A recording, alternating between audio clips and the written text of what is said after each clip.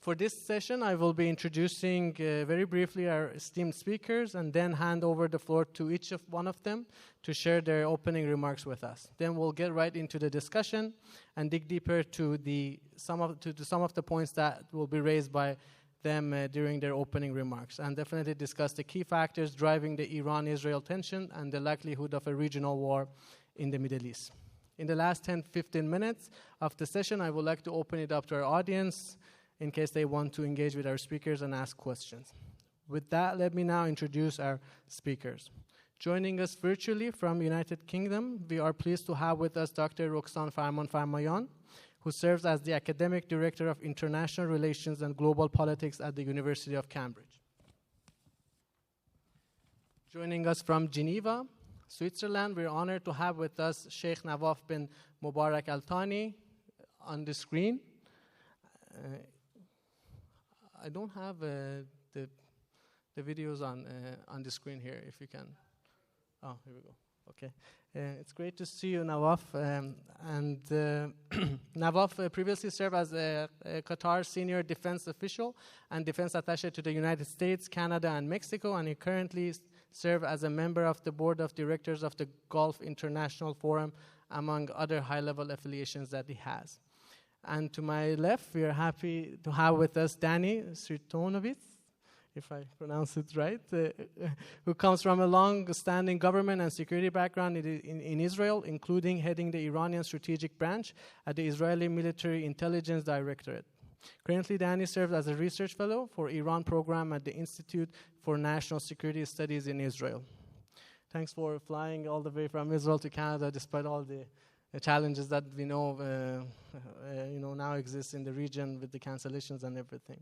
Last but definitely not the least, we are grateful and fortunate to have with us in person, after much personal efforts, to bring Dr. Mohsen Milani, Executive Director of the Center for Strategic and Diplomatic Studies at the University of South Florida.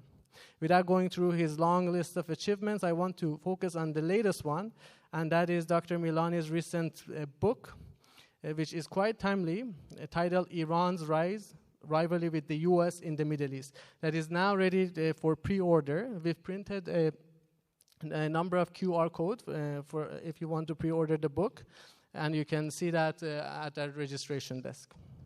Okay, let's get started. Let me first pose my first question to Roxane, which is the question that I'm sure that other speakers will have responses to in one way or another.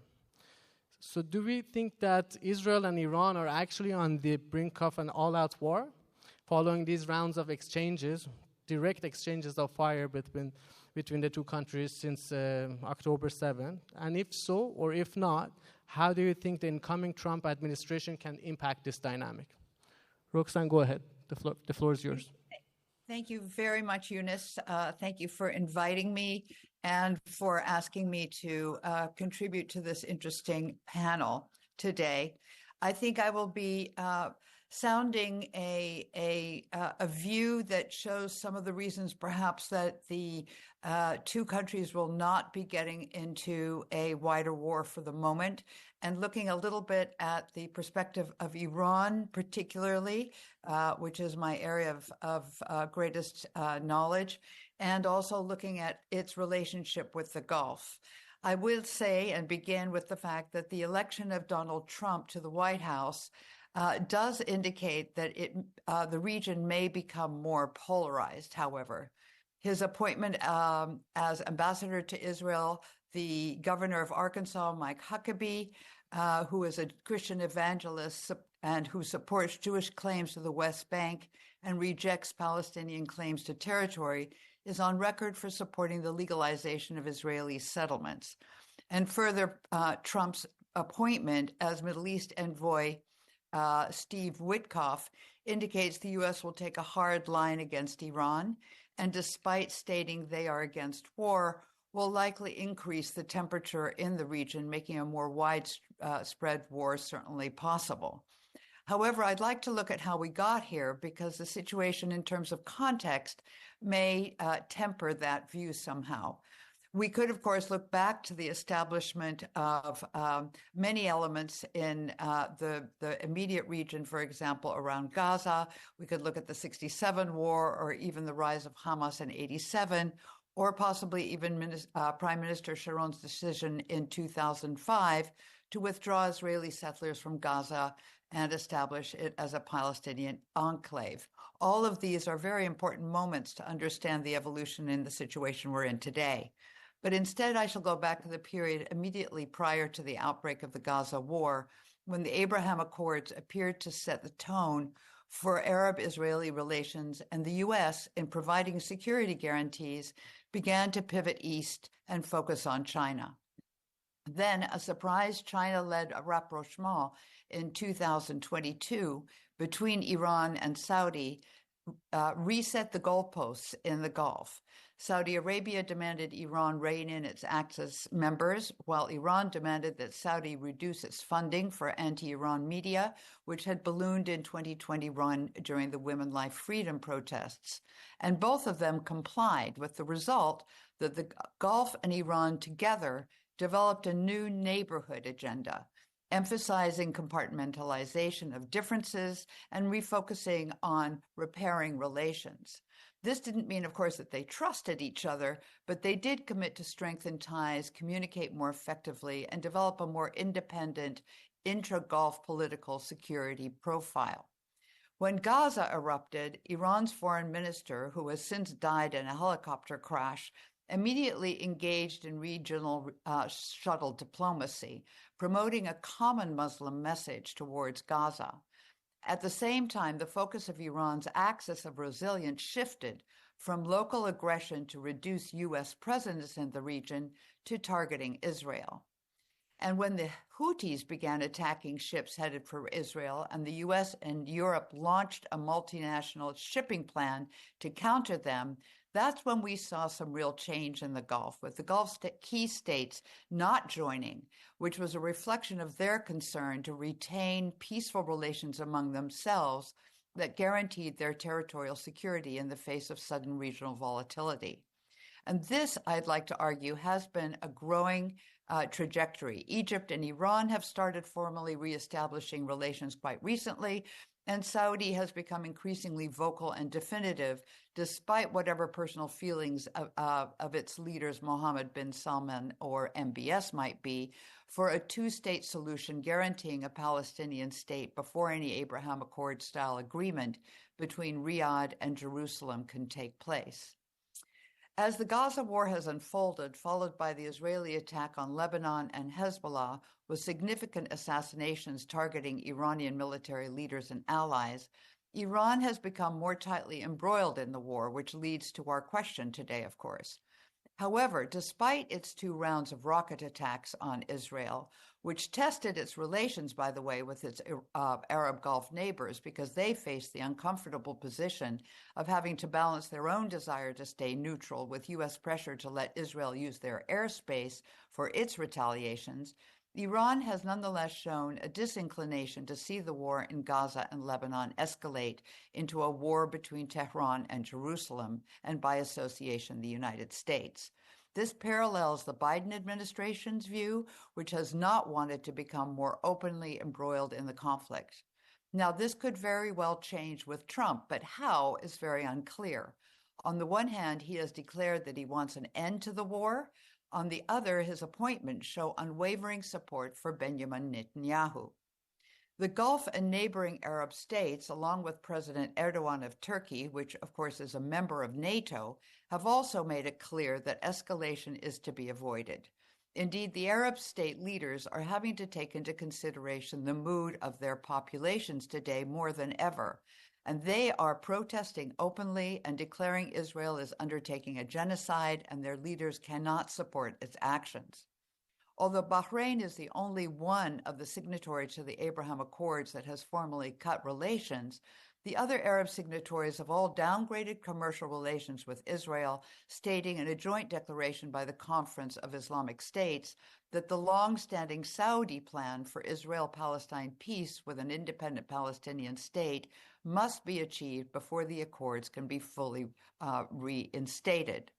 For Trump, this could be a stumbling block. A two-state solution has never been on his agenda. This opens possibilities for the Europeans to get involved and no doubt come back from their decidedly backseat position since Gaza unfolded. And there is room to negotiate in the reprioritization of a Palestinian state as part of the reinstatement of the Abraham Accords. Timing is always one of the more interesting aspects, I would argue, of international relations. And in this case, a development that took place even as the Gaza war was unfolding was the death of the hardline clerical president of Iran, Ibrahim Raisi, and his elected replacement with a moderate, Masoud Pezeshkian, who campaigned to restart negotiations with the United States on a nuclear deal to lessen Iran's sanctions regime. Pezeshkian's profile as a politician willing to bargain and discuss has helped Iran's position vis-a-vis its Gulf neighbors during this crisis, and while contributing to Iran's hesitation to exhibit behavior that could compromise a new round of talks with the U.S., although actually one has to acknowledge that it has done little to improve its internal human rights record, and that no matter what its behavior is, this may make very little difference to the Trump cabinet. Thus, though relations between the U.S. and Iran remain toxic, the opportunity to reduce Iran's nuclear program is again on the table in Washington. Iran's nuclear program has never been as worrying for the Gulf states as its network of militia allies. And with that now reduced by the Saudi-Iran rapprochement, ideas have been mooted for developing a Gulf regional nuclear deal, which could engage the Gulf states in a sanctions relief program in association with a UN-monitored reduction in Iran's enrichment of nuclear material. This plan, however, is on hold as Israel has expanded its war into Lebanon, Syria, and Yemen, and on the fringes, of course, Iran. Meanwhile, Iran's nuclear program continues to expand, which is why the old deal, the JCPOA, is no longer likely to be repaired, and instead Iran itself is suggesting an entirely new plan. With Trump's election, leading Iranian officials are indicating a deal can be done, but not through amped-up U.S. pressure. However, as many of the constraints on the original nuclear deal have now expired, a new agreement will need to be forged. This is made more difficult by Israel's expanding war and indeed the war raging in Ukraine, as both have tightened the alignment between Russia and Iran. And this means that Russia has become actively supportive of Tehran and less supportive of restraints on Iran's nuclear program. Moscow has moved to help arm Iran with modern military aircraft and advanced anti-missile protection, as well as providing it with extensive high-tech surveillance capacity. And so this puts Russia firmly in the anti-US, anti-Israel, and pro-Iran camp. On the other hand, a negotiation tying a reduction of Iran's nuclear program to reduce sanctions could be attractive to the Gulf states. In the previous round, the Gulf states rejected the JCPOA because they had not been invited to contribute to it. If they do take part in a dual set of negotiations, that is sanctions relief and nuclear reduction in Iran, and a Palestinian state linked to resumption of Israeli trade through revival of the Abraham Accords with some kind of Saudi buy-in, that in fact could be a win-win for everyone and constitute a balance against war. However, there is, of course, the darker picture of an escalation of the regional war, with Trump supporting greater conflict between Iran and Israel, and Russia becoming more actively involved. Also possible would be Trump's support for a revision of Israel's borders to include southern Lebanon, all of the occupied territories, and a strip of Syria east of the Golan Heights. Undoubtedly, he will push for a revival of the Abraham Accords, which he considers a personal policy success, and there is real possibility he could find pressure points on Saudi Arabia's MBS to convince him to sign his own deal with Israel. Even so, it is unlikely, whatever the scenario, that the U.S. itself will regain its preeminence in the Mediterranean and the Gulf, and that instead both Russia and China will enjoy ever more powerful roles there over time. adding a whole component to the fact that a further expansion of the war would not be in China's interests. Thank you. I think I'll leave it there. Thank you very much, Roxanne, for your very comprehensive opening remarks, definitely setting the stage for further discussions about all these important points that you brought up. Now I want to bring it to Danny and ask and touch on some of the points raised by Roxanne, especially with respect to the return of President Trump to the White House. How is that being seen in Israel, and do you think that these recent appointments will impact the Iran-Israeli dynamics, which are now at an unprecedented level in terms of the tensions that we see in between? And definitely, I want to hear your points about the future of Abraham Accord. As Roxanne mentioned, that this is something that President Trump will be personally invested in terms of reviving it. Thank you very much. Thank you. First, I want to thank the Institute for Peace and Diplomacy for this important meeting and inviting me. I will try to bring the Israeli perspective into what's going on now with the Israeli-Iran relations. But I will start by saying that, just in a nutshell, how we came to where we are right now. Iran and Israeli interactions were in the shadows, mainly Israel activity against its nuclear facilities and other activities. But it was in the shadow in terms of the fact that Israel and Iran were hoping to not coming into some sort of kinetic escalation between them.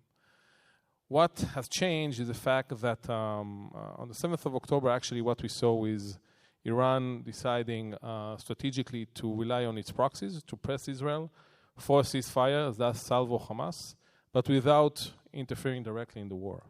The Iranians are not trigger happy in terms of attacking Israel because they were afraid they will find themselves in a war, regional war, against the U.S. presence in the region that is really overwhelming these days. And but what really happened is maybe the changing, the turning point was the elimination of Hassan Madavi. That was the commander of the Syria and Lebanese Corps in the Attaché Quds force. It was very blunt. He was a very senior official that has strong connections to Khamenei and to Nasrallah itself. And of course, they were blaming Israel for doing so in the consulate in Damascus, the Iran consulate in Damascus. And we know that the Iranians are very sensitive about the boundaries, the geographical boundaries. So they decided to retaliate. The main problem that Iran has and really had and has today is the fact that they are what I call one-trick pony in terms of their ability to answer or to attack Israel. And actually, it's in general, when they have security problems, when, for example, Daesh or ISIS commit attack in Iran, they're launching rockets towards Syria, somewhere. When the Baluchi is attacking them, they're attacking with missiles Pakistan. So the fact that they are one-trick pony forced them after Hassan Madavi elimination to attack Israel. They didn't want to do so, but they understood that no retaliation will cost more than retaliation itself. Because for Iran, the most important thing is the balanced equation, the deterrence equation between Israel and Iran, because if not, then Israel will, today they are eliminating Madavi, tomorrow it can be Khamenei. So they attacked Israel. They attacked to very secluded areas, down south in the Nevatim Air Base and up north in the Hamon Mountain. And they hoped that everything was closed. Israel retaliated very in a symbolic way, attacking one of the radars or one of the SAM system, surface-to-air system of the Iranians, and that closed the event, or what the Iranian thought. And then Ismail Haniyeh was eliminated in Tehran. The Iranian blamed Israel. And then, of course, the elimination of Nasrallah, and especially Abbas Nilfoshan, that actually was the replacement of Madavi itself. And because the Iranians set the bar in April, so they had to retaliate in the same way, and even more than that. So they attack now air bases that near prox to population in Israel. One of them actually was where I live, so it was very, let's say, interesting night in terms of these attacks. And then Israel, and that's, I think it's important for me to emphasize. Unlike April 14th events, something dramatic has changed in the Middle East in the Israeli view, and this is the fact that Hezbollah is weakened. You know, when you're looking at the Israeli-Iranian relations and the question of why Israel didn't attack the Iranian nuclear facilities, it goes first and foremost not to the Iranian capabilities, but Hezbollah capabilities. we were under the understanding that Hezbollah can cause devastating damage to the state of Israel, strategic one. And now we know, after the events and what happened and the operational success of Israel, that there is no way that Hezbollah can deter Israel from attacking Iran. And that actually caused what I call the breaking of the fear barrier in Israel to attack Iran. Not because what the Iranians can do to us, but what Hezbollah can do to us. And this is enormous change, because I'm going to speak a little bit about 2025 and the nuclear issue. You have to remember that, because if you would ask me years ago whether there's a possibility that Israel would think about attacking the nuclear facilities, I would say not in a million years. But now things have changed dramatically. And the posture, the power projection of Israel towards Iran has changed. And that leads actually to the attack, the interesting attack of Israel against the Iran capabilities. Actually, what Israel did, they did two important things, as we see today. They attack all of the strategic surface-to-air missiles of Iran, and they attack the ability of the Iranians to manufacture more missiles. Now, Iran still have the ability to launch missiles against Israel, but Iran now exposed to Israel activity. And that's why we're seeing right now that the Iranians trying to find a way, for example, using Iraq as a way to attack Israel, and not to attack Israel directly.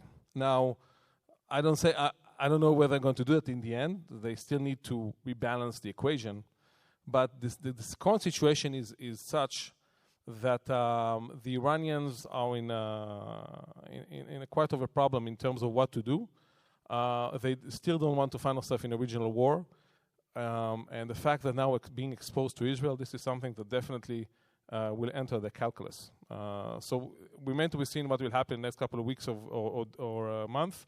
But definitely the circle is not closed. The Iranian needs to do something to rebalance what Israel did. It was an enormous attack in terms of what Iran encountered, since it didn't encounter this kind of an attack since the Iraqi war.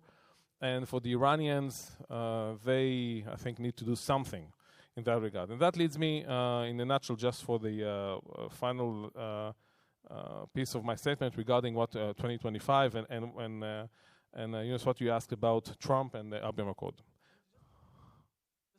Follow-up question before we move on to that topic, which is a different one, is like you talked about how for Iranians the balance equation matters, and I think that's the same for Israel, and we're kind of stuck in this game of escalation dominance, who can do more and build this deterrence, which doesn't seem to be really happening, especially like now from the Iranian perspective, based on what you said. But what do you think would be the acceptable balance equation, both from the Iranian perspective and also the Israeli perspective, that we can kind of get out of this escalation ladder that we've been stuck with? Well, that's a good question. I think that every side wants to say the last word without escalating into a regional war. So because of the sentiment is such, maybe there is no way out of this current escalation, assuming that the Iranian will retaliate. I think it will all be determined not by what Iran will try to do, but I think we got the results. That's assuming that the Iranian will launch drone attack from Iraq. If Israel will able to topple all of the UAVs, like what happened on 14th of April, then it might lead to some sort of thinking in Israel not to attack Iran right now. But I'm saying that even if something like that will happen, I think that the major question that will encounter in 2025 will be the future of the Iranian nuclear plan. And I think that we are coming to a decisive moment in 2025. We have the snapback mechanism that should be operating 18th of October if nothing will happen. And and I'm saying this is my own assessment, without an agreement between Iran and the West, and while the Iranian will push forward in the nuclear activity, especially if they will do something dramatic, if the snapback mechanism will be operated, for example, leaving the NPT or enriching to 90%, I cannot see Israel sitting aside. Now, it's also connected to what President Trump will do, and I'm saying also in Israel that we should be very careful what we wish for, because I don't think that Trump will support Israeli attack in Iran automatically. He will be highly interested in turning back to some sort of, again, not the JCPOA, because JCPOA is dead. There is no way to revive it. You need to build a new agreement. But the real question is what will happen if Trump will go there And of course, Israel will be objective to any agreement with Iran. I can say that out in the open, it's quite obvious that it is Netanyahu policy, regardless what this agreement will include.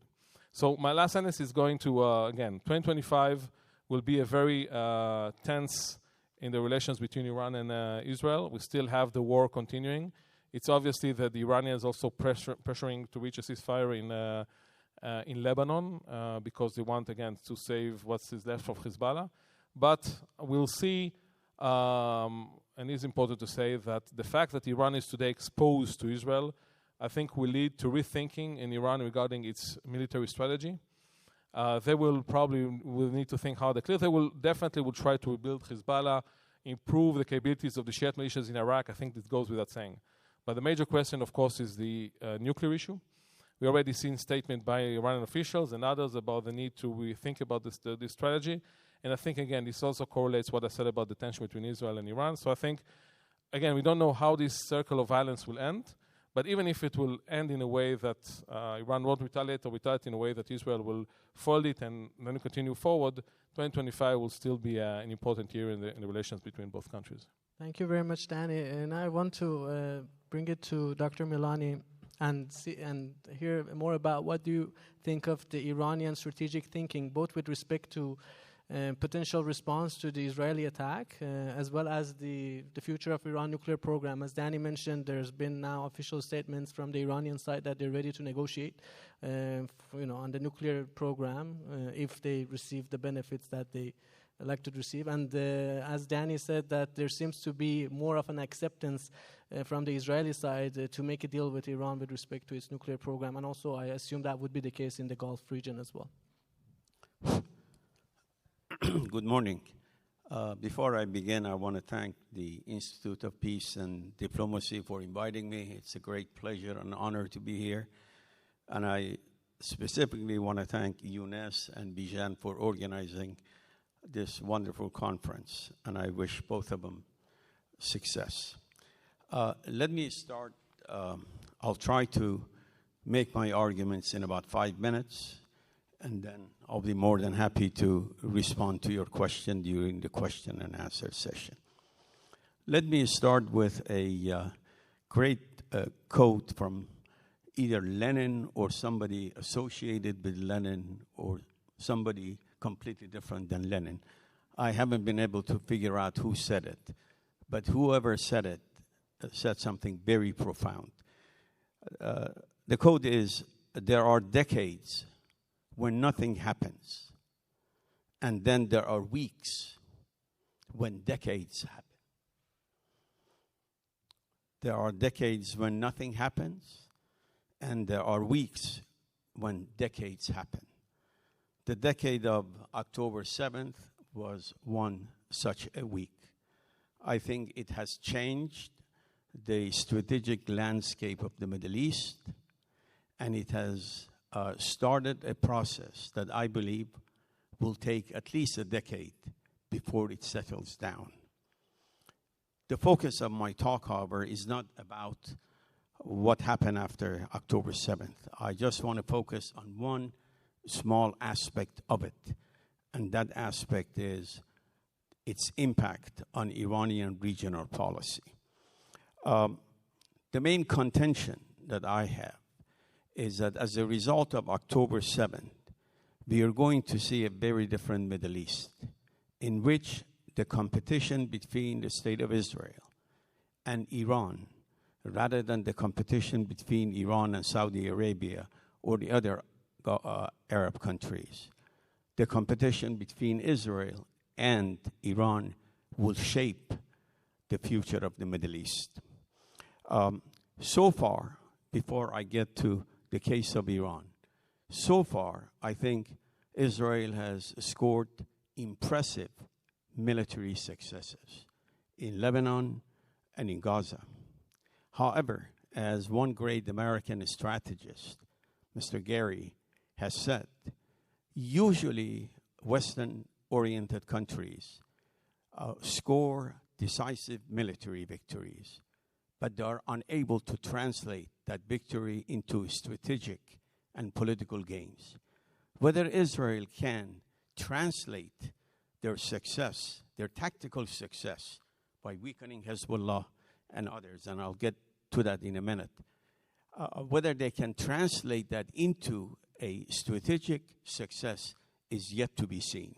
And I think the competition between Iran and the United States, between Iran and Israel, will shape this. Iran has become a major regional power, and I think the process started immediately after the beginning of the war with Iraq, and it accelerated after the American invasion of Iraq.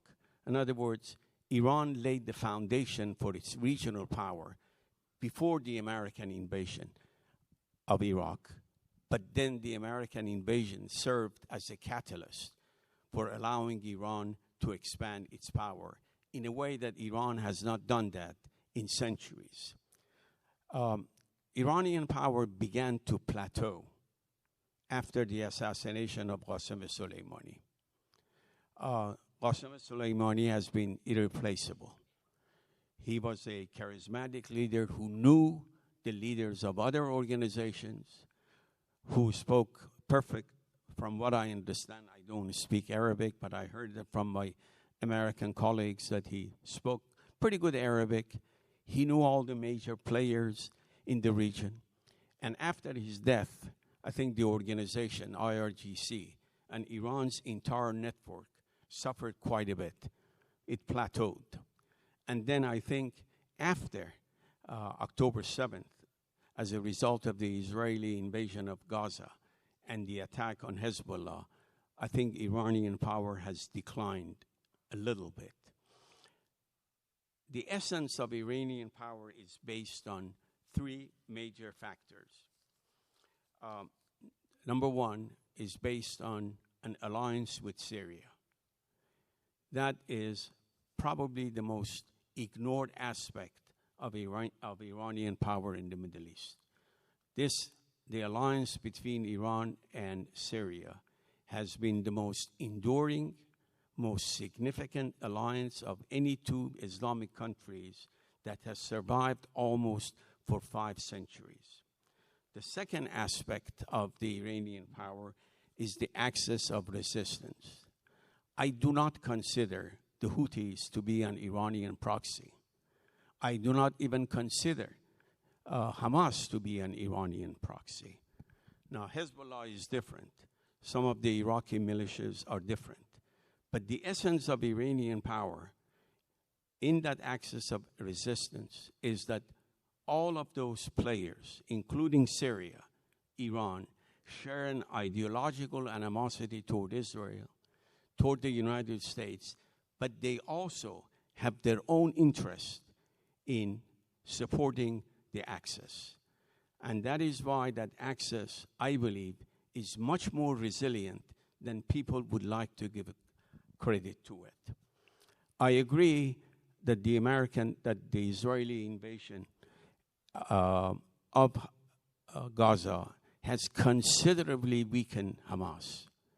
But I submit to you, and I know that there are a lot of people who would disagree with this, Hamas is the least dependable and the least significant aspect of the axis of resistance.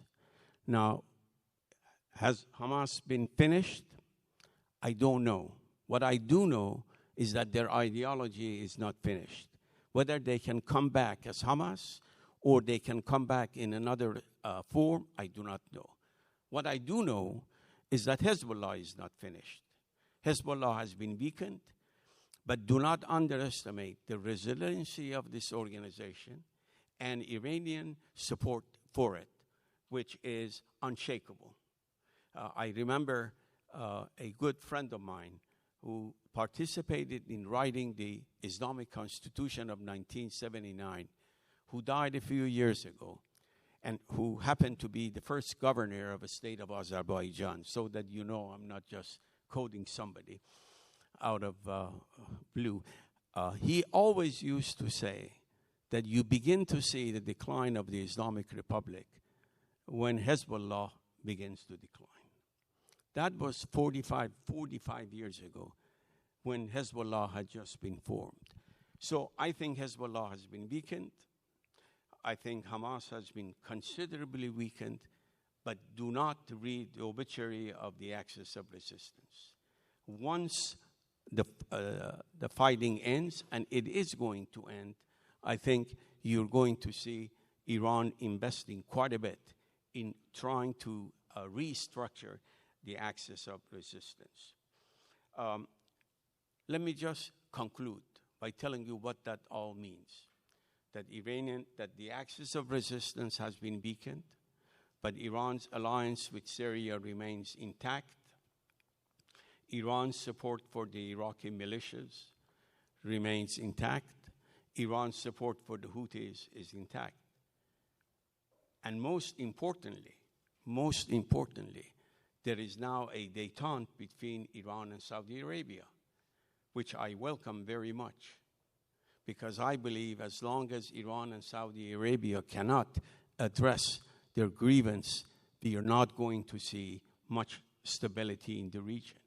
Iran is developing closer relations with UAE and with the other Persian Gulf countries.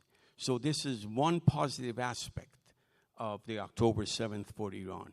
Yes, Iran's axis of resistance has been weakened, but Iran's system of alliance with its regional partners has been strengthened. Overall, as I said, and that's my concluding remark, overall, Iran's position has been weakened. And here is the danger. The more weakened Iran's axis of resistance, the weaker Iran's position in the region becomes, the more likely it is that Iran is going to review its nuclear policy and might actually take the nuclear route. Thank you. Thank you very much, Dr. Milani, for your insightful remarks. And now I want to hear the perspectives from the Gulf. I want to hear what Nawaf has to say about what's been said by the other speakers, but also this, not re-engagement, but warming of relations between Iran and the Gulf and the Arab states overall in the region. And with the Trump administrations coming in office in about 2 months, how do you think that the Gulf countries can manage this relationship with Iran? Well, first of all, thank you, Younes, for having me here, and thanks to Bejan and to the Institute of Peace and Diplomacy for inviting me with this wonderful group of panelists, very knowledgeable. I apologize for not being there in person, but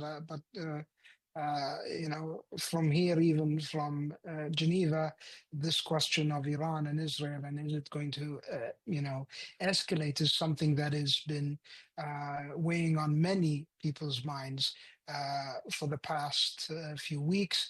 But with every passing week, obviously, this thing develops even more and more.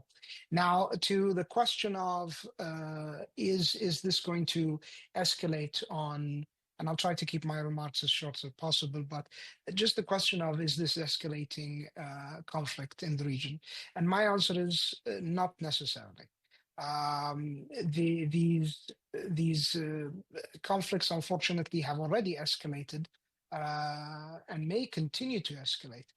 Will it escalate to all-on war, a continuance of security instability in the region? That is where the difference lies. However, the question of will it escalate, I think this is the wrong question, because it already has. The fear that many in the Gulf states have, the fear that many in America, where I was just there a few days ago, have it escalated beyond the point of no return? And this is unknown yet. It depends on what Israel does, and the government of Netanyahu, obviously. It depends on how the Israeli government will react. The idea is, as we understand it, a reaction to the latest attack from Iran is probably going to happen, but not for some time. There will be a weighing of the future government in the United States, the Trump administration, The president-elect has started to put his cabinet together on nominations for his cabinet, and I think within the next 2 months, things may, be clearer about where the region is going vis-a-vis Iran and Israel, and a probable solution in one part and a possible escalation in another. That is the unfortunate part of trying to answer this question in a transitional time where a government in the United States is on the way out and another, specifically this government, President Trump's, the president-elect's government is about to enter, is always difficult to answer accurately. However, there are questions that we could ask and we may have some answers to, and they were alluded to in the speakers that came before me. The questions, for instance, of what is deterrence going to look like when it comes to Iran and its regional view. The traditional view of deterrence, the traditional doctrine of deterrence for the Islamic Republic, mainly focused on two areas. It's proxies, or what Iran views as the axis of resistance, whatever you want to choose. I mean, we don't want to talk about, we don't want to get lost in semantics, but that is one of the areas of deterrence. The other would be the ballistic missile capability as a deterrence. Now, these have opened discussions in the past few weeks and months. Have those deterrents failed? Now, if one would look at the doctrine of deterrence and decide that, well, those deterrents were not as effective, then the next step maybe for Iran would be to have a doctrinal review. Right now, this could be a doctrinal vacuum when it comes to the idea and doctrine of deterrence. But what comes after that review? What does the next phase of Iranian deterrence look like? Could it be a re-envisioned nuclear program, one that takes a more serious, abrupt start, or one that takes more thoughtful escalatory step towards a nuclear program? Would it deviate from the peaceful view of a nuclear program that the Iranians have said in the past, or would it stay to that? That question now is in play when it comes to what is deterrence. The other is, how can Iran now look at their proxies or their axis? Iranians may say, well, the affiliation is loose. Others may say, no, that is an absolute critical relationship, and they are, as the word says, proxies. Now, within this panel, we've heard both, obviously. And I think they could be both. They could be, depending on the situation, both a loose connection and a solid operational deterrence when it comes to its relationship and the questions of security of Iran, or even beyond when it comes to the question of Gaza and the unfortunate events that has been, expanding to Lebanon now. All of that are questions that have to be, I believe, studied thoroughly. The idea and doctrine of deterrence, I believe, in Iran is taking a evolutionary step in its next phase. How will Israel deal with it? How will the Gulf states deal with it? It's clear that the Gulf states view Iran as a neighbor that is not going anywhere, that the Gulf states want to have good, healthy, and continuous relations with Iran and a peaceful relationship. But Israel may have, in fact, we know Israel has a different view. The call from the Prime Minister of Israel for regime change is not something anyone's interested in. That type of language, failed historically in the past in many nations. And B, I think no one, including the United States, would take that even seriously when it comes to the calls of so-called regime change. I think looking at the stability and where some countries, like for instance Qatar, which by the way, I don't speak for the government of Qatar, these are my views, but it is something to be said for a small state like Qatar, that has that de-escalatory diplomacy so in tuned in its foreign ministry and its services that it did achieve, so this is not pie in the sky, these are actual facts, advancements in relations with Iran and in certain situations where mediation was needed.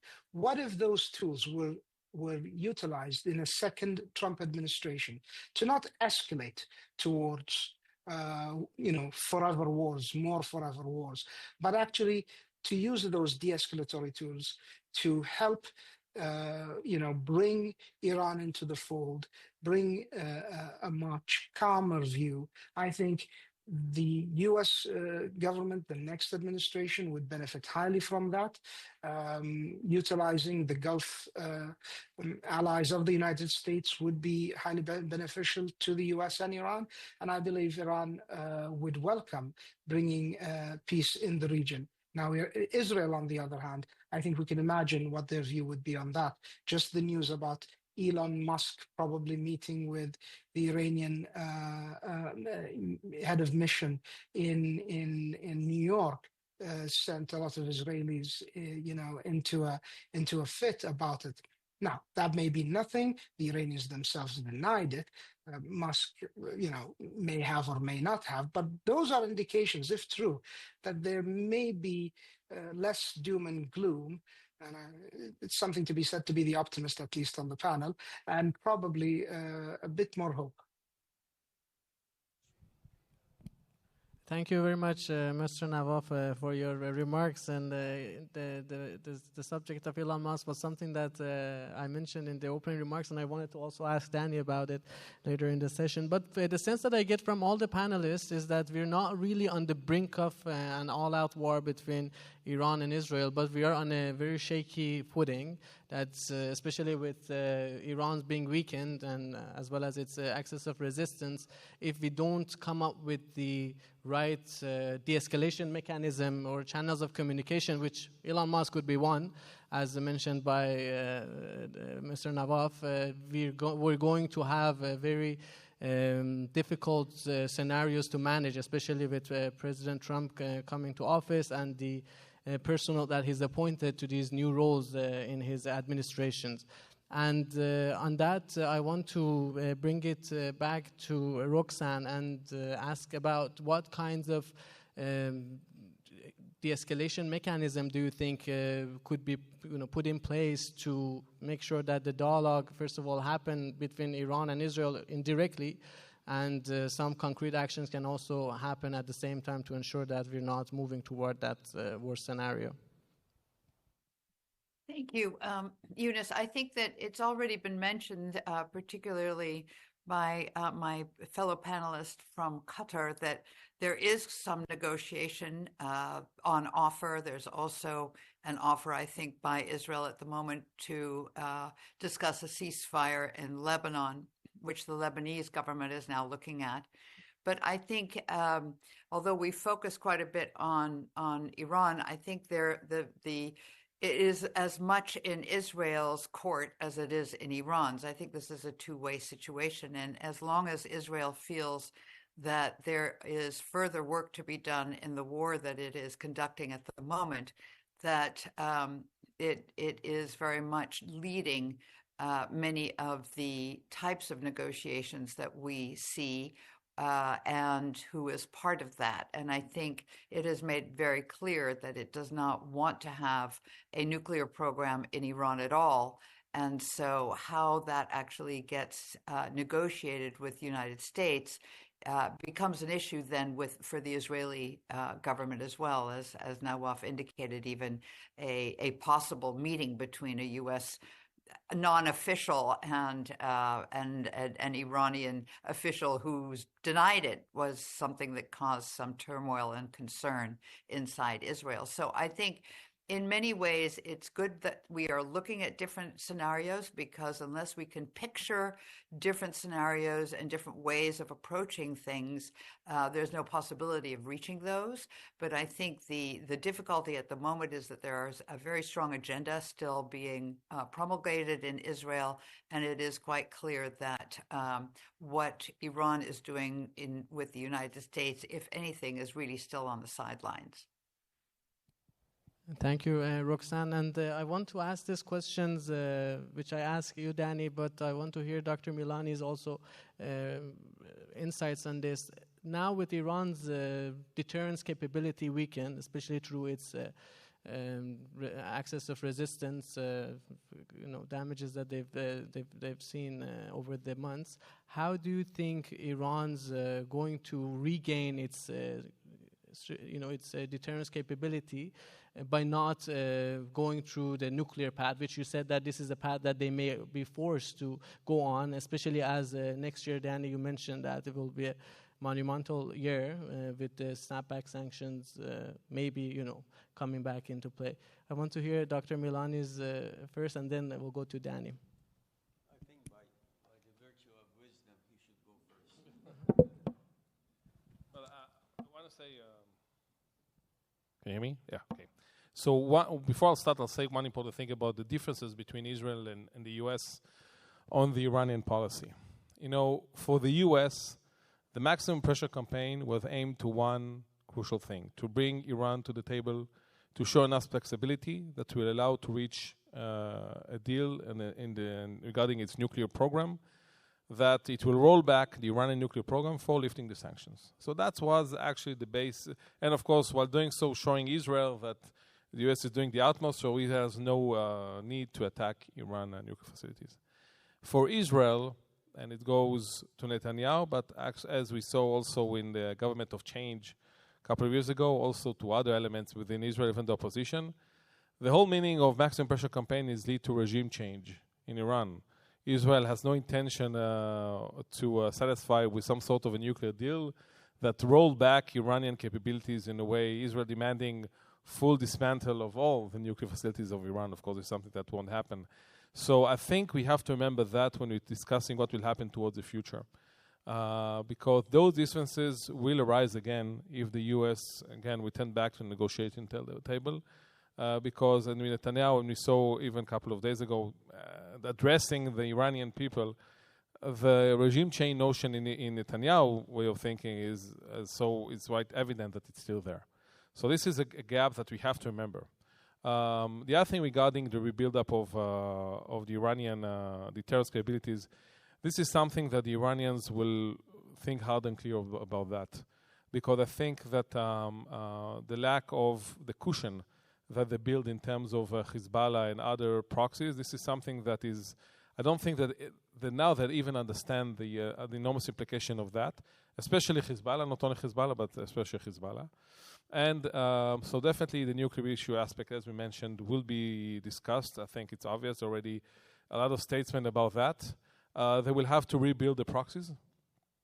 They will work on a clear, and I think Syria is an important element, and I'll say that there is a belief in some areas that Syria might change its posture in terms of becoming more diversifying in a way to relying more on the Gulf states other than Iran and the access. I'm not sure if it's true, but it will be a crucial turning point if that will happen, because without Syria, the ability of Iran to rebuild Hezbollah capabilities will be limited.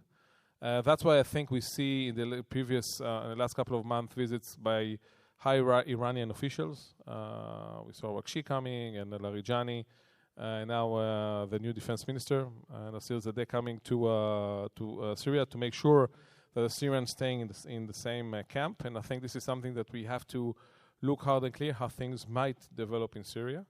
So they will build the proxies. I think they will build especially the Shiite militias that are proven every day that are launching attack against Israel, that they are more effective than the Houthis. And last but not least is rethinking about the conventional capabilities. I think that the deal to get the Sukhoi 35 from Russia is becoming extremely important. They need to rebuild their Air Force, not to rely on duct tape for F-14 or F-4. So this is, again, something that we'll see. And, of course, rebuilding of their surface to air capabilities, probably the S-400 and other elements, because I think that they understand now that how much they're exposed because what Israel actually did. So I think those elements I can see in the Iranian way of thinking, rebuilding their capabilities. And again, there is a question whether until that will happen, what Iran will do against Israel. But I think that we will see that happening. The Iranian would not stop with thinking how they are rebuilding, like I mentioned at the beginning, the equilibrium between them and Israel. Thank you, Danny. Now, I think it is very difficult to predict what Iran is going to do. And I'm not going to make any prediction. However, I can help you understand better by telling you where to look for key factors. I think Iran right now is going through perhaps the most difficult time of its history, at least since Ayatollah Khamenei took over. He's 86. He seems to be in good health, but the question of succession is critical. Many of the fights you see inside Iran is about this.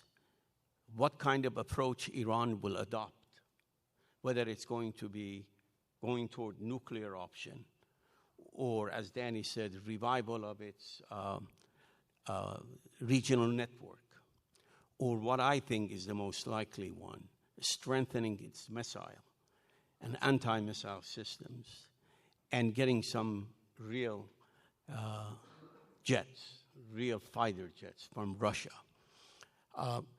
All of these questions are going to be answered in the context of who is going to replace Ayatollah Khamenei. That's number one. Number two, my argument all along about Iranians' rise has been that the greatest threat to Iran's rise is not Israel, is not even the United States. Iran can manage that somehow. They can go up and down, maybe weakened a little bit. The greatest challenge is inside Iran. The Shah of Iran was overthrown when he was arguably the most powerful man in the Middle East. And yet, he was overthrown. Why? Because internally, he had problems. Now, the Islamic Republic, believe it or not, has problems internally. And that internal problem, along with the fights about the succession, is going to complicate how they're going to decide, how to respond. This is why at the very beginning I said, look at the competition between Israel and Iran, which are the new two regional powers in the Middle East, in terms of a decade long, provided there is no revolution in Iran, which I think is unlikely, or regime change, which could happen. If you look at it in a 10-year period, then in that period, in that 10-year decade, we'll know about the succession. Is that going to be Ayatollah Khamenei's son, Mujtaba? We don't know anything about his political views. There is absolutely no record of it. And, of course, if whoever is replacing Ayatollah Khamenei, he no longer is going to be constrained by the fatwa against developing nuclear weapon. So that's why it is very difficult to predict, and that's why the people who know the least are most likely to make predictions, and I'm not one of them. Thank you, Dr. Milani. But I also wanted to hear your take on the Iran's nuclear program and how that can be used as a deterrent strategy, given the fact that Iran's axis of resistance been weakened. We had a brief conversation last night about it, and what kind of a deal Israel would be okay with if Iran was even able to get all the Gulfs on board. I'm sure that countries in the Gulf, including Qatar and also even now Saudi Arabia, will be on board with a nuclear deal on Iran that can actually monitor its program. And Trump, I wouldn't see a reason that he wouldn't want to make it stronger deal, let's say. But then what happens in Israel is always the defining factor if that deal survives or not. And I want to hear both your takes on this. Well, just to give you a quick recap about the current situation of the Iranian nuclear program. As we know, the Iranian nuclear program, the Iranian ambition for nuclear started at the Shah era. It's not connected to the revolution. But definitely after the Iraqi-Irani war, the Iranian leadership that actually was afraid that they were in the first stages of the war, they actually were very close to collapse. And they thought about some ultimate car that will eventually preserve Iran. There was no intention of building a bomb and launching that towards Israel. The whole notion was building a bomb that will enable to deter outside elements to do so. This is why Khamenei instructed Mohsen Fakhrizadeh to be, for building what we call the Ahmad project. It actually they tried to build a bomb.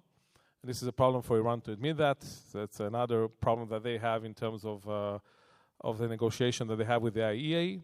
But in 2003, they decided to neglect the nuclear route because of the US presence in Afghanistan and Iraq. And they switched to highly developing their civil capabilities in Natanz and in Fordow.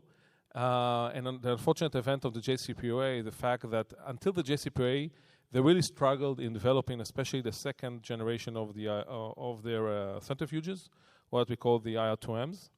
But after the JCPOA actually ended, when the U.S. Decided to leave the agreement, then we saw actually dramatic development in the program. And today the Iranians are reaching to 60%. They can reach easily to 90% military-grade uranium. They're not doing so because of political reasons, not because they cannot.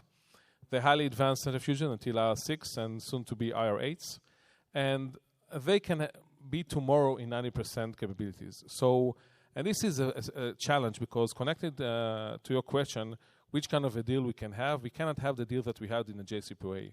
That actually the first platform was keeping Iran 1 year from reaching the fissile material capabilities. And this is what's going to happen because the problem that we have, especially in Israel, the fact that this is a program that we didn't deal with before. Regarding the Iraqi program and the Syrian one, it was based on outside sourcing, whether it was France or North Korean. And of course, it was a plutonium route one. Now we have a scattered program that the manpower that actually built it, it's an Iranian one. There's no bottleneck to the program itself, especially in terms of enrichment. So the real question is how you can take Iran back, roll it back without an agreement, given the circumstances. Now, as I said, in Israel, I don't think that you will see any agreement that will be acceptable by Israel. But I think that what can be acceptable, and again, it will be harsh negotiation. We don't have much time, us, the international community, in terms of what will happen in 18th of October. But I think it will focus on three main things. First, the inspection mechanism that has to be extended for endless in a way. So we know that the IAEA knows what's going on in Natanz and Fordow. Second is the issue of material and diluting the material and dismantling some of the Iranian capabilities in terms of centrifuges. There will be a safe phase mechanism, but I don't see the Iranian dismantling everything. We have to remember that Khamenei has distrust in the U.S. He had it before. Al-Thani convinced him otherwise, and actually after Trump left the agreement, we know how we see the U.S. in that regard. And the third thing is, of course, the weaponization. The JCPOA hardly touched the weaponization, and it's crucial in a way to put restrictions to the Iranian activity in that regard. So the bottom line of things is that this program is highly advanced, based on Iranian manpower, and the way to roll the Iranian back without an agreement will be it's a highly demanding operational task. And again, I don't know what future holds in that concept, but I think that, like I mentioned earlier, 2025, I don't think that the program will stay as it is. It will all be rolled back by an agreement, all be dramatically enhanced because of the snapback, and then the international community will have to do something. And I don't think that what we're seeing right now will continue as it is. Thank you.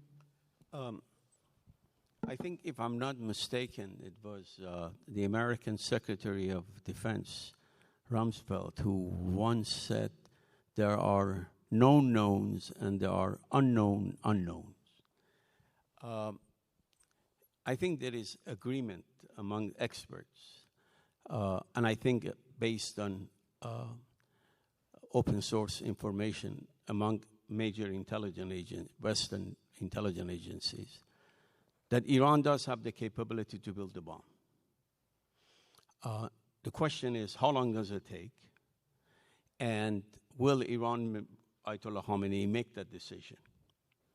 The assumption is that, and I have to be careful about how I frame this, the assumption is that the intelligence about Iran is robust enough so that the minute that decision is made, the US and Israel and perhaps other Western countries can intervene militarily and don't allow Iran to build a bomb. Because one of the points that I forgot that it related to this, when you ask about what Iran is going to do most likely, that I have no doubt. They're going to work on their intelligence. The greatest victory Israel has scored against Iran has not been militarily. It's been in an intelligence area. And they're going to work on this. And it's a long project, but they're going to work on this. So the assumption is that once a decision is made by Khamenei or whoever, they have enough intelligence to intervene. And that's why I started by telling there are unknown unknowns.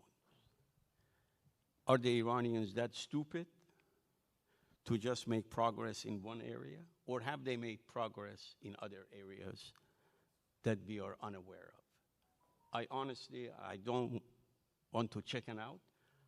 I'm not an expert on nuclear policy, in Iran's nuclear policy. So I'm not going to make any judgment.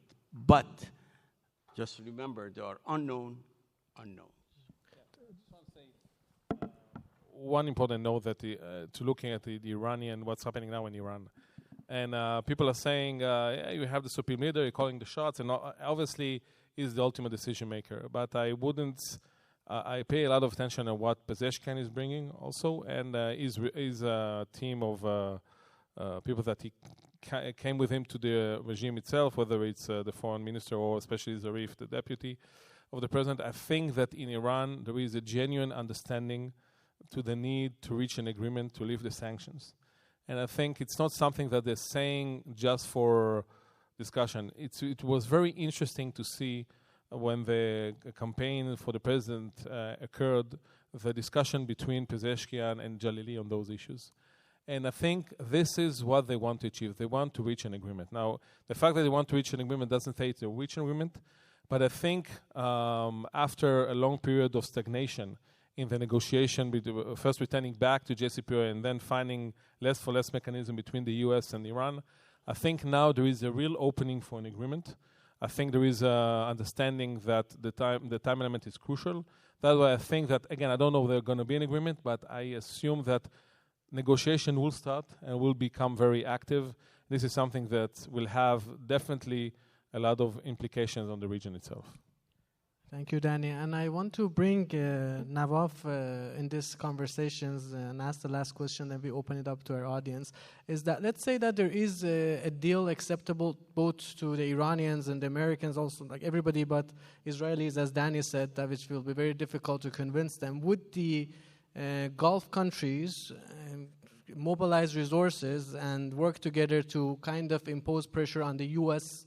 to make that deal, or at least push back against the Israeli pressure of not forging any kind of deal with Iran with respect to its nuclear program? Because when Iran was planning to attack Israel in response, there were lots of efforts by the Gulf and Arab states to work with Iran to publicly at least condemn Israel's attacks and show solidarity with Iranians. Do you think that if there is going to be some form of a deal, the Gulf countries and the Arab states will support the deal, not like they didn't last time in 2015? Well, that's, I think, is an important question. The simple answer is yes, I think the Gulf Arab states will do whatever solidifies and keeps the Gulf region and the broader Middle East peaceful and stable, and anything that will add to the stabilization of the region, they would be in favor of. Now, obviously, the GCC nations were not part, the GCC countries were not part of JECPOA, not because they didn't have a view or they were not invited to be part of that. And there is no current deal to be honest. So, but yes, in the event of a deal happening, depends on many elements, but the basic element is a call for stability and peace in the Middle East. I believe the GCC will be for that, GCC countries. But even more important than that, in my view, the coming U.S. administration is fueled by a wave of, I wouldn't say isolationism. I don't think that is the case, although there are isolationists in that camp, but is fueled by this rejection of neoconservatism and forever wars, to believe that any peaceful resolution with Iran would be rejected just because, well, for instance, Israel, had a different view. I don't think is a foregone conclusion. In fact, with this administration specifically, may be the hardest for the Israelis to influence in that area specifically, which is, more kinetic action, supporting kinetic action by Israel, whether in Iran or even in Lebanon. I think the Trump administration would look at, the issue of why is the United States supporting these forever wars in the Middle East? And I think the Trump administration would focus on finding a deal, a solution that would bring peace to the Middle East, and if need be, drag Israel kicking and screaming into that peace process. Now, how likely is that? It's wait and see. That's the game of politics. However, there is one indication when it came to the assassination of Qasem Soleimani. The president-elect Trump was very vocal in one of his rallies, criticizing Bibi Netanyahu, saying, I was very upset that at the last minute he didn't support us in that, at least militarily.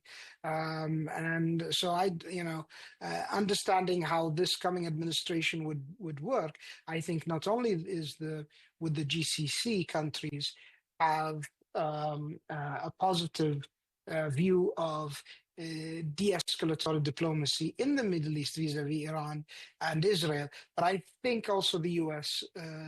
Upcoming administration, with its view of refusal of forever wars and repudiation of neoconservatism, would look towards this probably, if, and I wouldn't say marketed as such, but if packaged in a convincing way from the Arab Gulf states, in a way as to show that the U.S. is actually promoting peace and is not committing U.S. Assets for another forever war, which, by the way, even though non-kinetically, although it's disputed if it is kinetically or not, there are assets being deployed, whether maritime, air, land, joint operation assets, intel assets, that cost money in the end for the U.S. and the U.S. taxpayer. And I think that could be all a driving point toward de-escalation. I wouldn't say peace in our time, but definitely a road towards de-escalation. What de-escalation may lead to?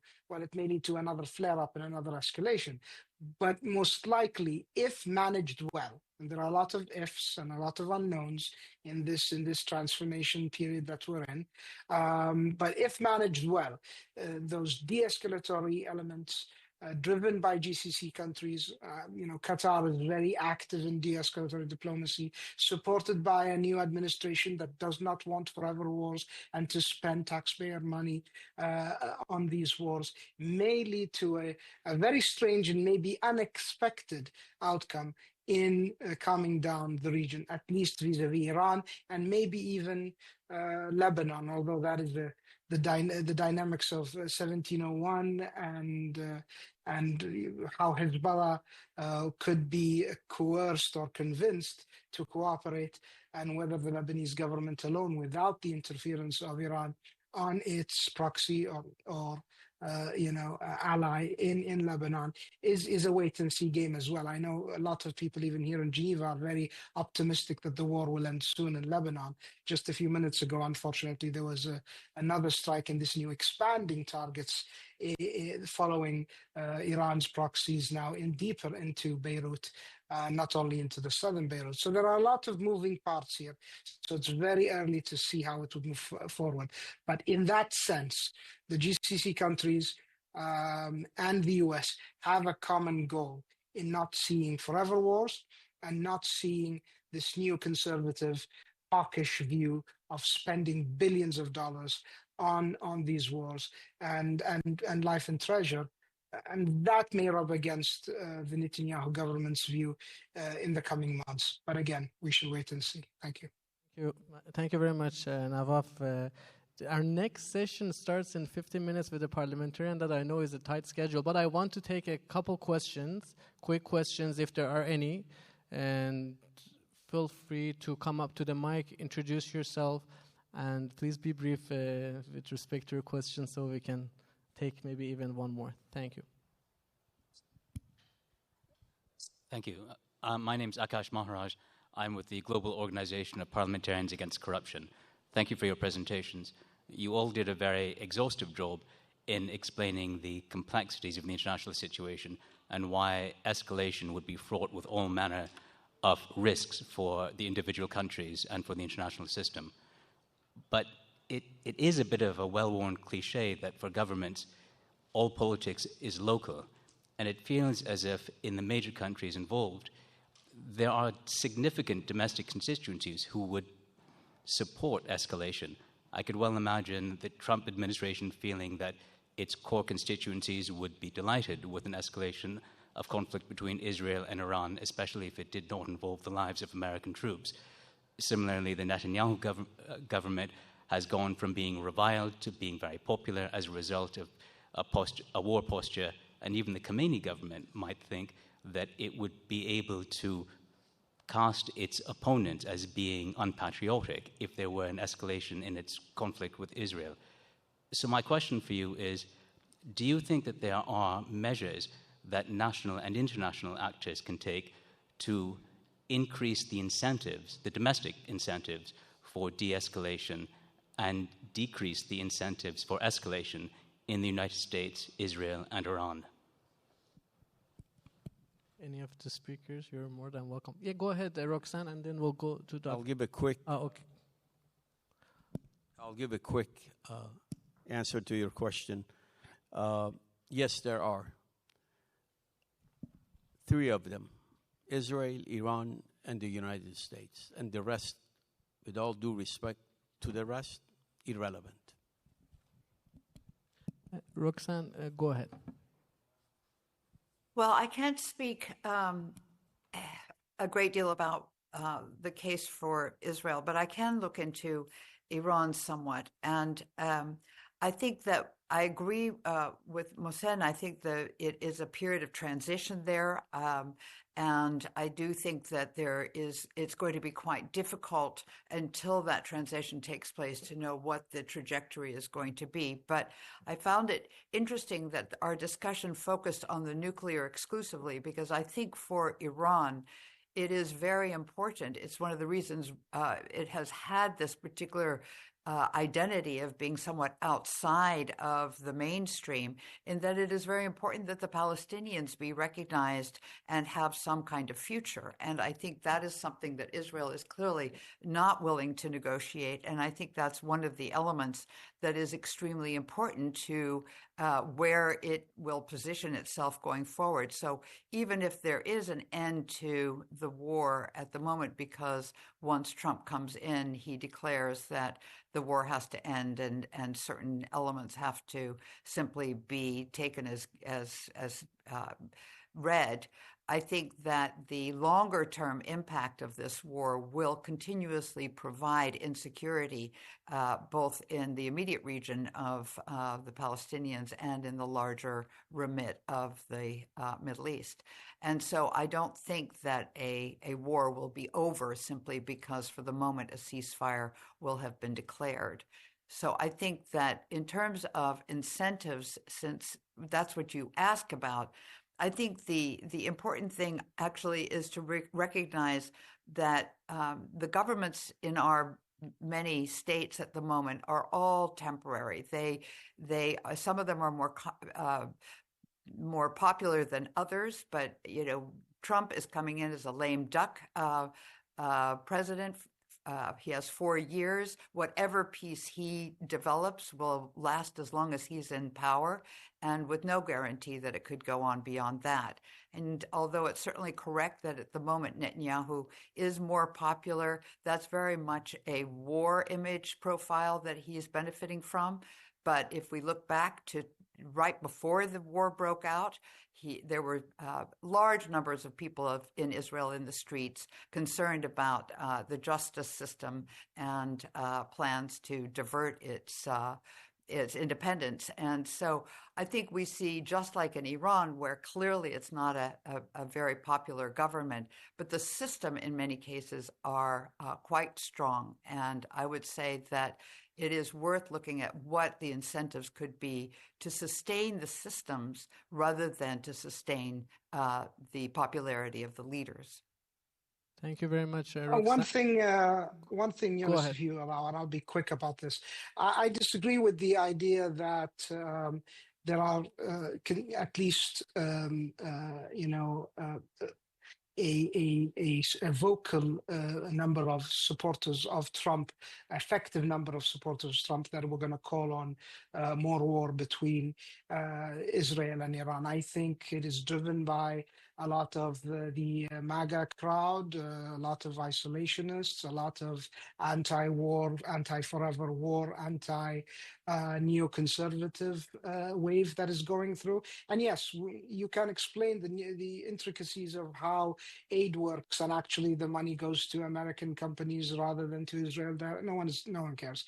The fact remains, when you mention taxpayer dollars being spent on another forever war in the Middle East, that is something that this current generation of political influencers in government and outside of government, many conservatives, even to the chagrin of the Israeli government, this will not float with them. To the point that was made, I think, by Mohsen, if I listened well, I obviously, that view of with the exception of Iran, Israel, and America and everyone else irrelevant, that is obviously an old perspective which is not relevant today itself.